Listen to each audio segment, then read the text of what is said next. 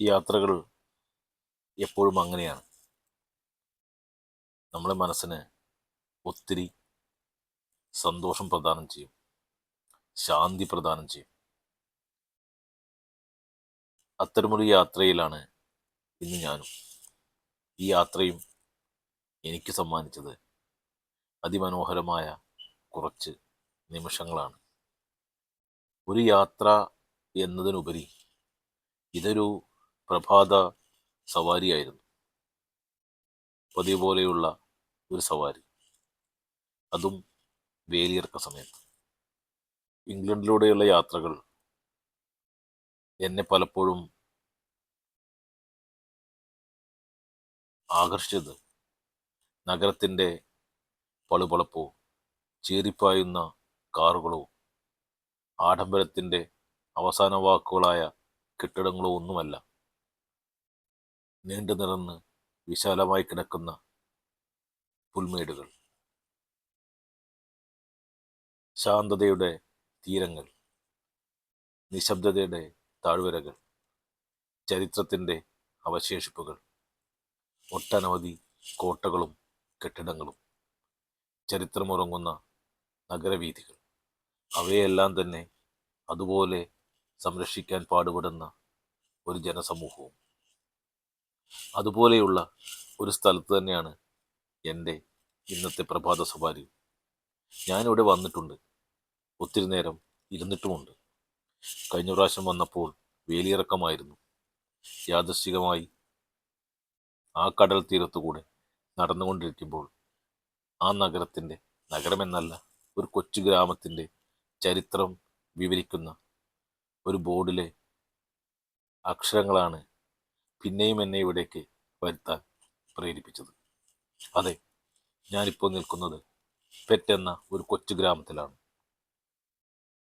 ഇംഗ്ലണ്ടിലെ ഹേസ്റ്റിങ്സിനും റായ്ക്കും നടുവിലുള്ള ഒരു കൊച്ചു ഗ്രാമം, ഒരു ചെറിയ സീസൗ ടൗൺ. എന്നാൽ കേവലം ഒരു ബീച്ച് ടൗൺ മാത്രമാണോ പെറ്റ്? തീർച്ചയായുമല്ല. അതിനുമപ്പുറത്തേക്ക് ഒരു വലിയ ചരിത്രാവശേഷിപ്പ് കൂടിയുണ്ട് ഇവിടെ. ഞാനിപ്പോൾ നിൽക്കുന്ന ഈ കടൽ തീരം, എൻ്റെ കാൽപാദങ്ങൾക്ക് താഴെ ഒരു സമയത്ത് പാറകൾ മാത്രമല്ല ഉണ്ടായിരുന്നത്. ഇപ്പോഴും നമുക്ക് കാണാം അവിടെയെല്ലാം പൈൻ മരങ്ങളും ഓക്ക് മരങ്ങളും അവയുടെ ഫോസിലുകളുമെല്ലാം. അതെ, ഇവിടം ഒരു വനഭൂമിയായിരുന്നു. ഏകദേശം 6500 വർഷങ്ങൾക്ക് മുമ്പ് ഇവിടെയെല്ലാം വനം നിറഞ്ഞിരുന്നു. മുകളിൽ കാണുന്ന ക്ലിഫിൻ്റെ തുടർച്ച തന്നെയായിരുന്നു ഇവിടെയും. പിന്നീട് ഭൂമിയുടെ സ്വാഭാവികമായ ചലനങ്ങൾ മൂലം, അതോ സവിശേഷമായ എന്തെങ്കിലും പ്രകൃതി അത്ഭുതങ്ങൾ മൂലമോ, ഇത് വീണ്ടും കടലിനടിയിലായി. ഇന്ന് വേലിയിറക്ക സമയത്ത് നമുക്കിവിടെ വന്നാൽ ആ മരക്കുറ്റികളുടെ, അവയുടെ ഫോസിലുകൾ നമുക്ക് കാണാവുന്നതാണ്. കേവലം ഒരു ഫോസിലുകൾ മാത്രമാണോ ഇവിടെ?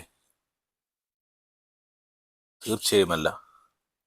ജൈവശാസ്ത്രപരമായും ഭൂമിശാസ്ത്രപരമായുമെല്ലാം പെറ്റ് ബീച്ചിന് വളരെയധികം പ്രാധാന്യമുണ്ട്.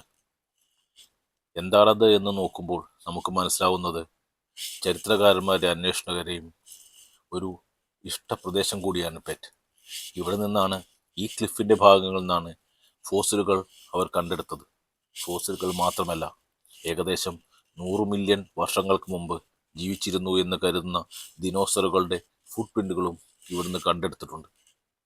ഇതുകൊണ്ടൊക്കെ തന്നെയാണ് ഈ പ്രദേശം ചരിത്രകാരന്മാരുടെയും ജൈവശാസ്ത്രകാരുടെയും എല്ലാം ഇഷ്ടഭൂമിയായി മാറിയിരിക്കുന്നത്. ആ നഗരത്തിലൂടെയല്ല, ആ വീഥികളിലൂടെ, ആ കൊച്ചു പട്ടണത്തിലൂടെ, ആ കൊച്ചു വില്ലേജിലൂടെയാണ് ഇന്നത്തെ എൻ്റെ പ്രഭാത സവാരി. ആ ദിനം ഞാൻ മറക്കുന്നില്ല. വീണ്ടും ഇവിടേക്ക് തീർച്ചയായിട്ടും വരും. അന്നും ഈ ചരിത്രത്തിൻ്റെ അവശേഷിപ്പുകൾ ഇവിടെ ഉണ്ടായിരിക്കും. ആ കാലത്തിനു വേണ്ടി കാത്തിരിക്കുന്നു. വിട. നല്ല ഒരു ദിവസം സമ്മാനിച്ചതിന് നന്ദി. നന്ദി മാത്രം.